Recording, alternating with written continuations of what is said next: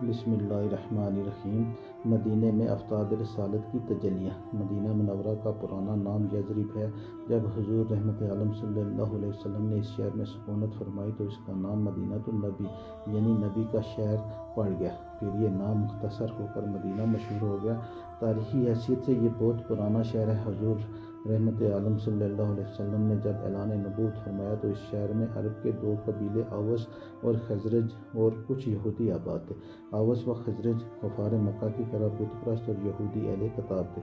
اوس و خزرج پہلے تو بڑے اتفاق و اتحاد کے ساتھ مل جل کر سہتے تھے، مگر پھر عربوں کی فطرت کے مطابق ان دونوں قبیلوں میں لڑائیاں شروع ہو گئیں، یہاں تک کہ آخری لڑائی جو تاریخ عرب میں جنگ بؤاس کے نام سے مشہور ہے، اس قدر ہولناک اور خوفناک خون ریز ہوئی کہ اس لڑائی میں اوس و خزرج کے تقریباً تمام نامور بہادر لڑ بڑھ کر کٹ مر گئے اور یہ دونوں قبیلے بے حد کمزور ہو گئے۔ یہودی اگرچہ تعداد میں بہت کم تھے، مگر چونکہ وہ تعلیم یافتہ تھے، اس لیے اوس و خزرج ہمیشہ یہودیوں کی علمی برتری سے مرعوب اور ان کے زیر اثر رہتے تھے۔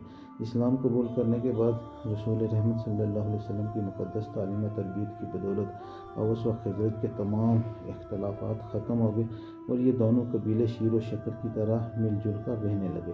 اور چونکہ ان لوگوں نے اسلام اور مسلمانوں کے اپنے تن من دھن سے بے پناہ امداد و نصرت کی، اس لیے حضور اکرم صلی اللہ علیہ وسلم نے ان خوش بختوں کو انصار کے معزز لقب سے سرفراز فرما دیا۔